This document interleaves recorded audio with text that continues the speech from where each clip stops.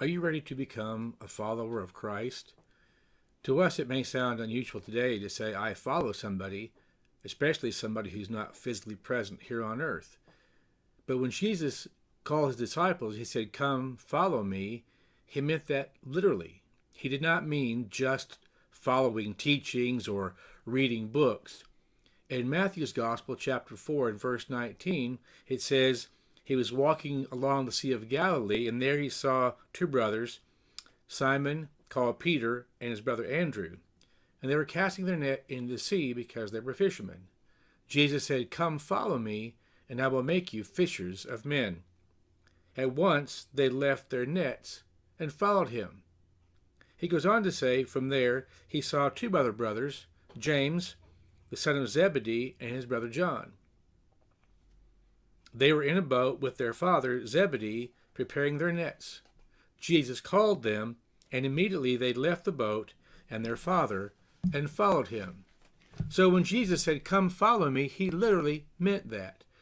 In those days, a rabbi or a teacher would walk along with his group of disciples following, and then he would sit down, and once he sat, they knew it was time for teaching, and they also would sit down. In fact, that's what the word president means. President means the one who sits first. Think about when a judge walks into a courtroom and the bailiff says, all rise, everyone stands. Then the judge comes in, takes his or her seat behind the bench, and when that person sits down, everybody else can sit down. They preside, they sit first. So the disciples literally followed Christ wherever he went and waited for him to sit. There was also a case when Jesus called another apostle, whose name was Matthew, or in some versions, Levi. And Levi, or Matthew, was in his tax collecting booth, raising money, albeit by perhaps distorted gains. But the Bible says that Jesus called him. He literally left his tax collector's booth and went after Jesus. Jesus meant for us to follow him, to give up everything that we have to become followers of him.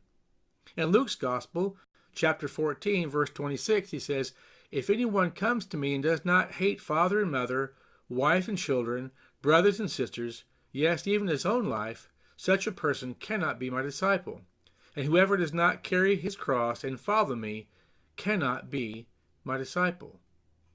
That sounds pretty harsh today.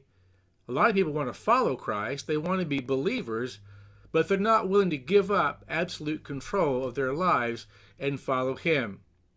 Jesus went on to say, suppose one of you wants to build a tower. Won't you first sit down and estimate the cost to see if you have enough money to complete it? For if you lay the foundation and are not able to finish it, everyone who sees it will ridicule you, saying, this person began to build and wasn't able to finish. Or suppose a king is about to go to war against another king.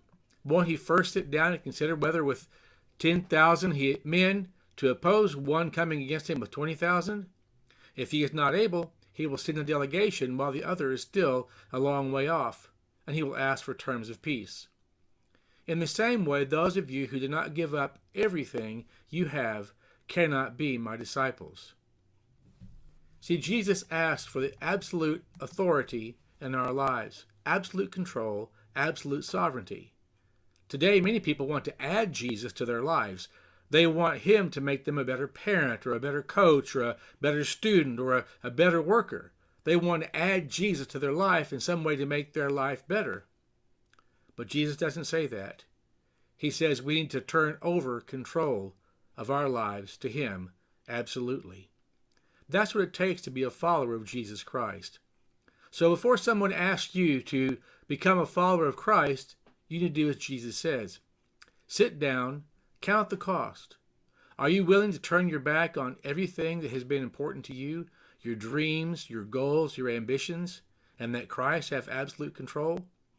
Jesus says whoever wants to save his life will lose it, but whoever loses his life for my sake and for the gospel will find it. The greatest thing you can ever do is to follow Jesus Christ. That may mean leaving your family behind as far as them not wanting to come with you. That may mean they don't understand the religion the way you've chosen. But to follow Christ, you have to be willing to say, I'm going to follow him no matter what the cost. Remember, Jesus Christ is calling you. He wants you to give up control of your life and make you a fisher of men. If you like these videos, please click the subscribe button and the bell notification, and I'll post more on here. Thank you for tuning in today.